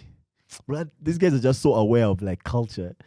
Episode 6 is kind of Nigerian. There's like a Nigerian aspect of it. And then episode 7 is like Caribbean, Trinidad and Tobago. Okay. But in episode 6... You know Paperboy though. You know our characters. Yeah. So Paperboy. Yeah. Paperboy is a rapper, right? I have to watch Atlanta. I don't want to spoil. You have to watch Atlanta. Can I spoil? I want to spoil more. I can take spoilers. I want to like tell you about something because episode 6 is also very racially charged. But you watch it. We'll talk about it when you watch it. We'll talk about it when you watch it. But I also feel like that brand of social relations is coming to this country. Which brand? You have an increasing divide, what people would call the elite, which is not even there, and what they would call the laymen. And the gap of like peership is expanding fast. It is. Like it's to a different world. Yeah. And I've been poor before I joined you guys. But I've been poor, man. But the thing is that now it's becoming two different cultures. Yeah. And Suna Ben is just like one of the sort of like the nexus. I wouldn't say nexus, one of the indicators of that. Because I'm not saying it's more nuanced than that. I'm not saying he's a clear denominator. Yeah. But there are certain things that you see about people, and such gaps should not exist in common and shared spaces such as cities. There should be some sort of semblance. I would say lifestyles should be comparable, but there should be some sort of like understanding between people, which is dividing more and more. Because the people who would say are more intellectual, who feel more intellectual, are sort of like giving up on social discourse. They're like, won't even bother. Yeah. You have to look at Uganda. You have to sort of like take your mind off Uganda to enjoy it. Yeah. You think much about this country, you'll get frustrated. Yeah. Just chill out. And you're like, no. But the other guys who are nashing and they're like, bro, this shit needs to end now. This has to change now. Yeah. And so I feel like that will come to a certain point and it will be a deciding factor on how the country is run. And you can already see people like being apathetic. They're like, whatever happens, we don't care. Yeah. As long as you have money. But I feel like that's a bit dangerous. To live in a society like that where you have people actually who can cause change without caring. I feel like it's one of those things where the people just feel that it's more dangerous to try and cause the change. Like the the danger in trying to cause a change is more immediate than But so even, I wouldn't say when it's causing change. I'll give an example, and I'll air these guys, and I don't give a damn. I was supposed to go to Chambugo University last year. So Chambugo University, I look at my portal. They are shifting from a new system to the old system. So in the portal, they're shifting from the new one to the old. Yes, AIMS. No, they're shifting how marks are displayed on AIMS, that academic information management system. So in the old AIMS, they would show your coursework and final mark from the exam, then a total. So I checked my AIMS portal, and I had 27 out of 30 in coursework. This was a really easy course unit, and apparently I had 11 out of 70 in the exam. So of course I'm shocked. I'm like, how okay, this is maybe it's an error. Yeah. So I go to the guys in ICT, and they tell me, no, these are the marks your lecturer submitted. I go to the department, and I meet this nice old lady, and I'm like, I have issues with my portal. I would like to review my test mark to confirm whether these are my marks, because it's my last year, and if I don't get this, I'll have to stay for another year and graduate, which is this year. And this one looked me in the face and said, if you failed, you failed. We don't have your papers. Now, the thing is, we can blame various political actors. Yeah. We can blame whoever we want to blame. But it's clear that people in places of where they can cause change are apathetic. Yeah. And when the case went to court, Chamber could not comply to give evidence to support, because you have to put in requests for information to get this stuff. Because if you don't have a record of your own marks, how are you going to contest them? Mm-hmm. But the university has such gross negligence that you can't allow that kind of a competence at a university and expect to have a functioning society. But the people who know these things happen do not care. They're desensitized to it. So we cannot say cause change per se, but the people who have the ability to make decisions that will help people don't. And because they're desensitized. I feel like that's a very bad place to be in as a country. Because these people sort of are still getting money and they are gainfully employed. Yeah. But yes, there are reasons too. But I feel like people should just do better in their places of responsibility to just be helpful. And then it won't matter whatever is happening, because you'll actually have a functioning society. So you think that the solution is more bottom up than top down? It doesn't. I feel like it doesn't matter even if you have Jesus himself ruling over you guys, because I feel like yes, it has a certain effect. But if in a place where you can't help people and you can't give them solutions when you have the means to, then we have to blame you. Yeah, that's like Tenzin in Union City. This woman was right there. That's a Korra joke. I watched Korra, but I'm not that deep. Like Tenzin was Aang's son, and he was like one of the rulers of. Yeah, he had the kid. Later, this is Legend of Korra. You know? Okay, this is when another spin-off. Yeah. So his son was like one of the rulers of Union City, but then Union City was rotting. As messed up stuff was happening. It was a good guy, man. But yeah, I feel like people become desensitized. Yes, there might be reasons for that. But at least you cannot hold other people to an ideal you can't hold yourself to. Because man, people, you see people in these government offices, and this may sound like me ranting off, but people will look at you and be like, I'm going for lunch. And it's midday. That guy has boomed. His day has gone. I'm going for lunch. I think will come back at 2. And you're like, you expect to have a functioning society and perhaps. I feel like I'm sort of like going off that tangent. Yeah. But I guess that's why people look at that and they realize, man, like this place is. It needs like some help that they can't give. Like it's too much for them. Like I don't know if that makes sense. Like how much change can one person make? Like say me, I blame me as if you accept a job at this a university. Can you be a the thing is you can't tell me you have a school of management at university and you have failed to manage the university. Yeah. What are you teaching people? For me, I actually always think I'm a firm believer that most change is top down, man. There just has to be there has to be a guy who cracks the whip. Yeah, there has to be someone by the collar and be like, what the hell are you doing? Yeah. Off with your head. Consequences. Okay, not off with your head. There has to be consequences for people's action. Yeah, it's true. Yeah. In France, let me tell you, when in that revolutionary period in France, there's a lot of off with your headness, bro. They chop guys' heads. And it's that chopping of heads that actually scared the rest of the monarchs around Europe to actually start giving them a chance. Chopping heads is a bit extreme. But I agree with your point to a certain extent. People are motivated by either positive or negative reinforcement. Yeah. In this country, positive reinforcement has been the norm, but it has clearly failed. Not because the positive reinforcement is encouraging the current culture, you know? Yeah. And also like with positive reinforcement, it only becomes how much you can accumulate. With negative reinforcement, there are consequences. There are consequences. Yeah. In Xi Jinping's government, if you go and do something untowardly, they will not just let you off the hook. you'll be answerable to the PRC. And I feel like, yeah, that's true.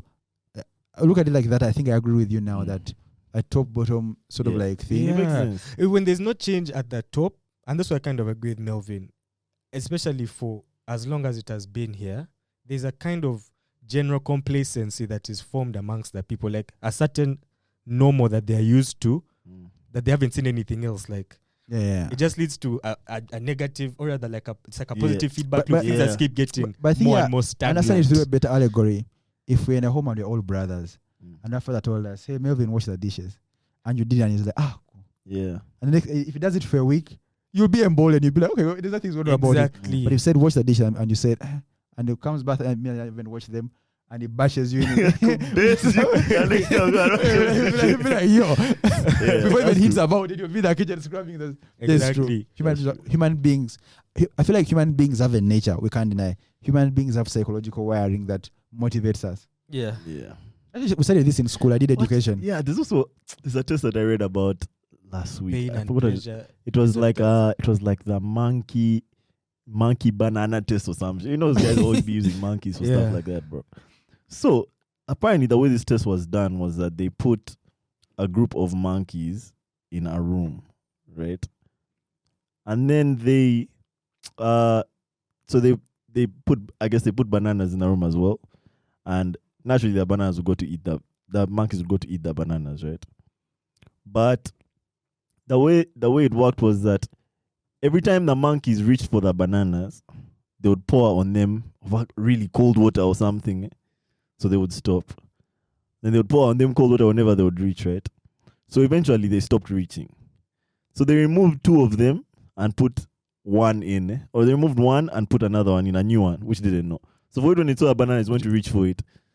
So these ones kubed it. They're like, because they know what's coming if it reaches for it, right? Yeah, but that's negative reinforcement. Yeah. So they kubed it. And then just know as a point where none of the original monkeys were in that room. And still have been, they didn't even know why they weren't allowed to reach for the bananas. But they just knew that if you reach, you get beaten. But yeah, there's a guy called B.F. Skinner who did this behaviorism theory back in the day. And he started with rats.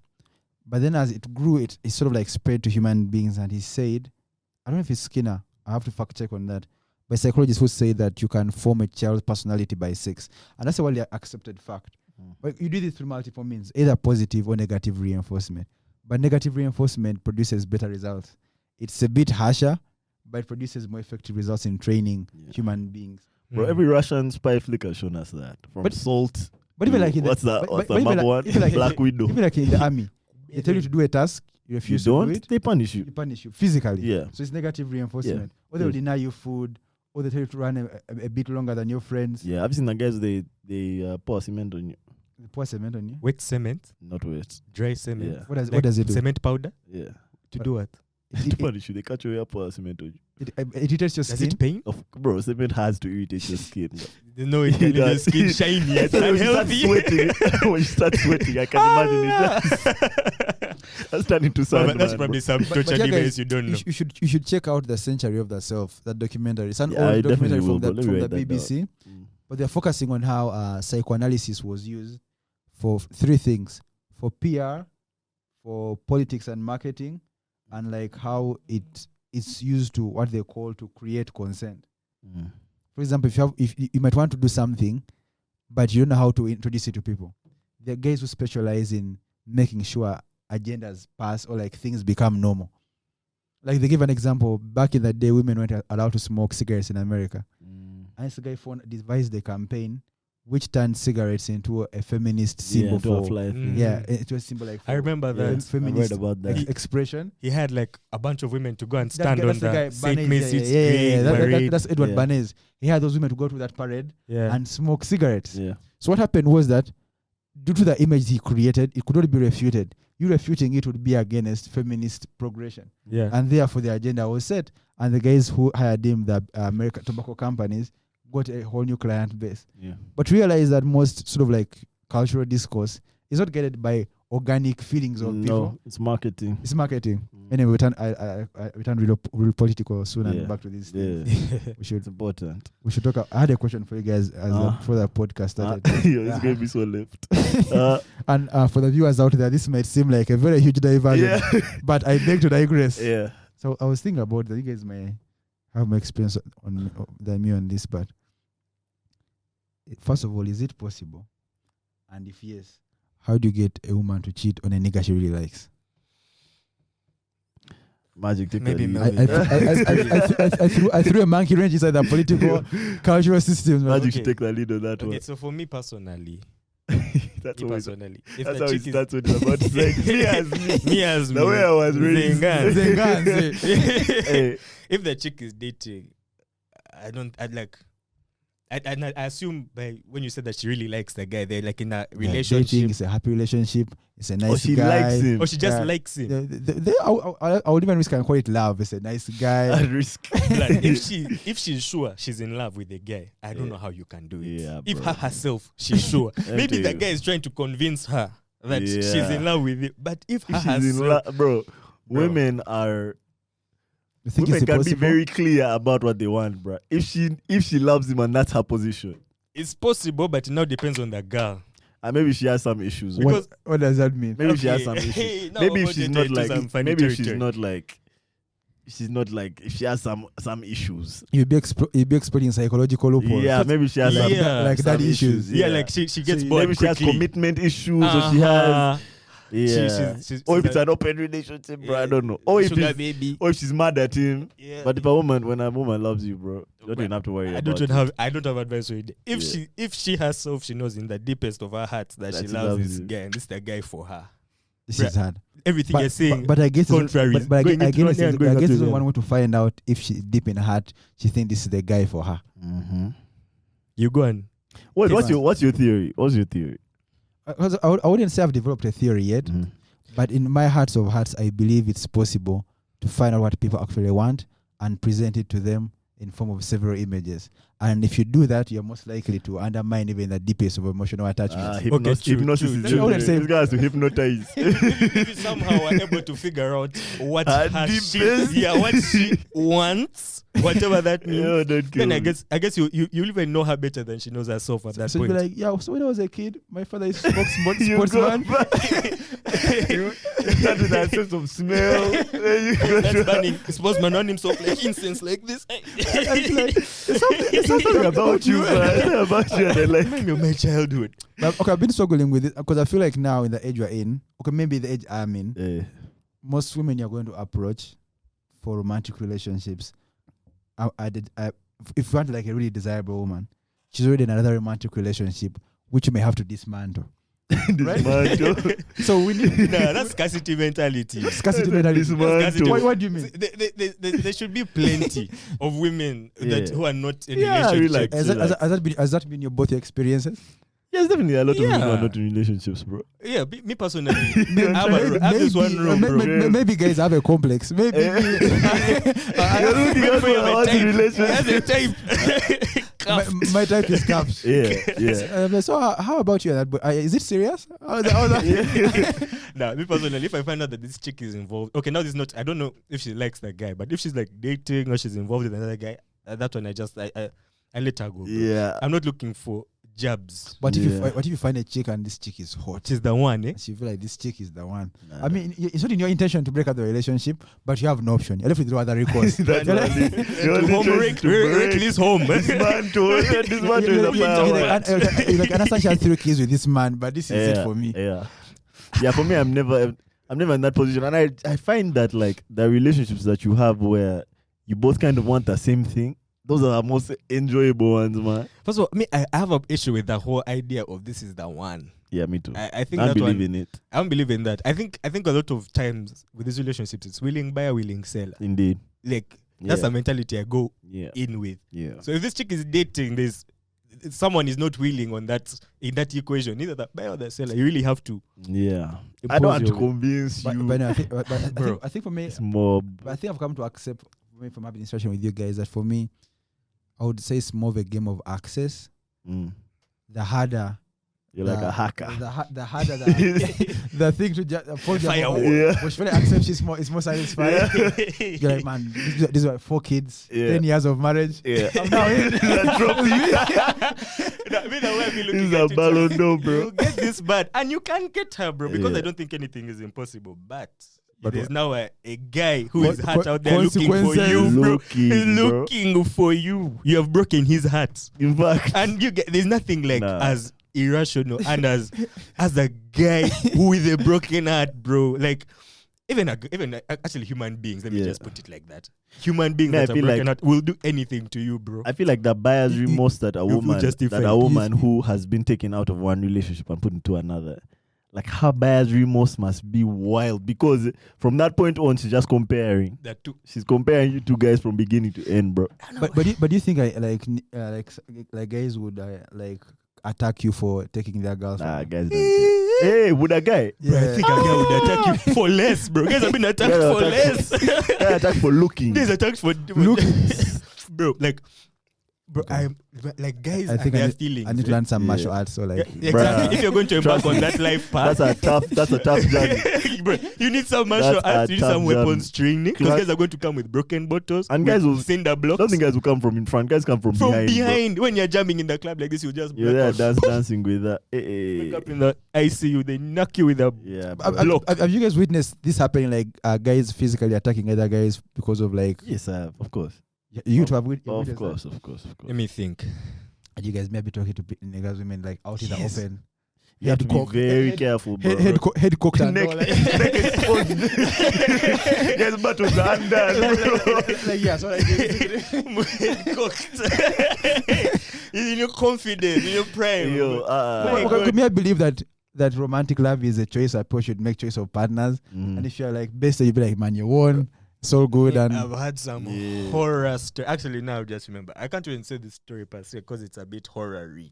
Yeah. But it was a real horror story of a scenario where this guy was in a bar and he was enjoying life, getting girls, and one of the girls on his table, Or someone wasn't else's his. girl. and the other guy just cut wires and went ham. And yeah, it went ugly from there, bro. it Oh, was they like go a badly it was a for the guy physical or for the- altercation. For the guy or for the girl? Yes. There was a very serious way to go. No, for the guy who was popping bottles having a good time. Or he was even popping. Yeah, he was like I think I've been to- And a nigga ran up on him. yeah, bro. One time from the back out of nowhere, bro. Damn. Okay, Yes, so God. invest in security.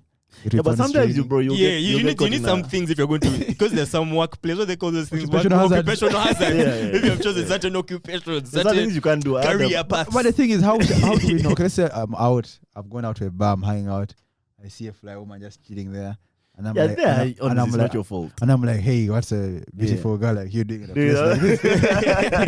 And she didn't explicitly say that she's dating. Yeah, I that's think you're okay. clear. That's cool. But That's if cool. you know, but even if it's like a hint for you, Now so I can't even know she's in love, bro. Allah. And he's still trying to rip it apart. just don't just know those jobs are either And coming yeah. or they're, I don't know. Yeah. They're just here, bro. You need to get into Super Saiyan mode all the time. I'm telling you, Listen. bro. And me, I'm like a very calm guy. I don't like confrontation. Like, if a guy came up to me on that, like, oh my gosh, I'm going to kill you for this girl. Oh but my you- but god. you Oh, guys- bro, I I've don't know actually been in about that situation. But I've just you guys, remember. They're going to kill I've been in that situation, but I didn't know. a guy walked up to you and like, yo, this is my Yeah, girl. and you know what's crazy is that he was actually also my boy. I just hadn't seen him in a while, and me and this girl had a thing, and I guess him and I were dating now. So he found her and I in a compromising situation, and immediately started going crazy. So me, I was a bit confused. I was like, first of all, I was happy to see it because he was my boy, but the shit he was saying You'd be like, was playing me. you'd be like, bro, nice to see you, but what you gonna do? No, the girl, obviously the girl, like, Do the girl something. got up and was trying to stop him and tell him, hey, chill. But him, he was still trying to go crazy. But I was surrounded by the goons. The goons were around me. So, They couldn't do yeah, there was that nothing you too could do. much. But, and what's crazy is after that, he came and, What- like, apologized and we talked about what it. if you It said, was cool. step up, Melvin, and let's solve this man Let's to go man. outside, Nah, Melvin. it was- Do not he hide would have- behind. outside. Do He would not have do not kubed me. hide behind Yeah, you. when I was going, he had been in a lot of fights. He was going Kubembi. But my guys could never let me fight, bro. Could never ever let me I fight. don't want to ever fight for a woman, bro. Like, Yeah. except if it's But you my guys woman. usually project the fact that I like rationality and I'm a calm person.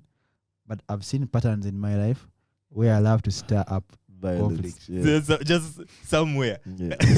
Now, fair enough. I mean, like, no one is perfect, but that particular one, Just- It's dangerous. it's so leave it, close bro. to home, Leave bro. it. But please, Be careful. What the I guy feel will like do, I'm just you even you asking don't the know. dear viewers to comment. Is it possible? Any life hacks you have learned from like trading this? Yeah. fire? Side Yeah. niggas anonymous should tell us. Drop hints. Yeah. I've seen this meme and this guy was saying there's no such thing as a side nigga. What Just is a it? whole fucking two dudes. That's a video. That's weak. That's weak. Cut it What out. did you do? That guy's a side weak. nigga. Yeah, cut it. Side It's Getting salty. in personal. They didn't choose him. Salty. He abused her instead. She went back to No, home. no. She went back home. To the real. These are expressive views of me as a person. This was a It tweet, is. guys. This was a tweet. He did. Don't come for me for male chauvinism. Yeah, that guy sounds a bit salt. There's a bit of I was salt pissed. in That nigga that was tweet, mad. bro. That was mad. All right, boys. Okay, do you have anything else? That was it for me. That's it Yeah. for me. Shout out to this one. Same. This was a Trevor? this was a wild podcast. Yeah, this was fun. Like it This had was like fun. dips from Yeah. academia to fireboy. Yeah, as it back should to be, man. Bitcoin. As it should be. As it should be. Now how to cheat on that. Yeah. How to steal work a woman, like, hey, home, bro. brother. I love you. But you guys, I'm gonna be honest with you. There's a woman that I'm like I'm not like I'm eyeing, but I would wreck that home. I've seen that in these pictures. Destroyed. I have no You guilt. would I have half no- and puff. I have no guilt If you whatsoever can- in me. You I can can't- roll with the guy. I'm looking for a guilty boy in me to stop me. It's not It's not there. there. She has it. Yeah, in those Okay. such situations, I just worry too much for my personal health, bro. I don't want anything compromising my health. Like Being crippled. no being crippled. Being run over in the parking lot by some guy. Yeah. No, bro, no Bro, being listen, like man. Me, I won't hold you. cats. I've been where you are. It's not worth it, bro. It's not worth it. There's other things, man. So many. That's why you should have come for Fireboy, bro. You would have released, man. You would have released. And I Yeah. guess there's a thrill of the hunt. Guys, the chase. You want to chase some. Hey, why you They chasing? had the chase, the more the thrill. Like, I guess like so. I if you see go where if you you're go into the coming game park, right, and you spear a boa, that is easy. Mhm. That is doable.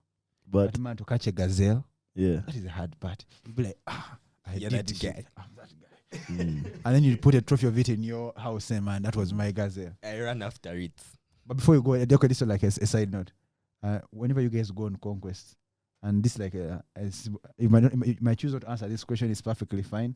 But do you keep trophies, or do you who keep trophies from their conquest? Pardon? Trophies? Like, do I keep like a souvenir from that person? Yes.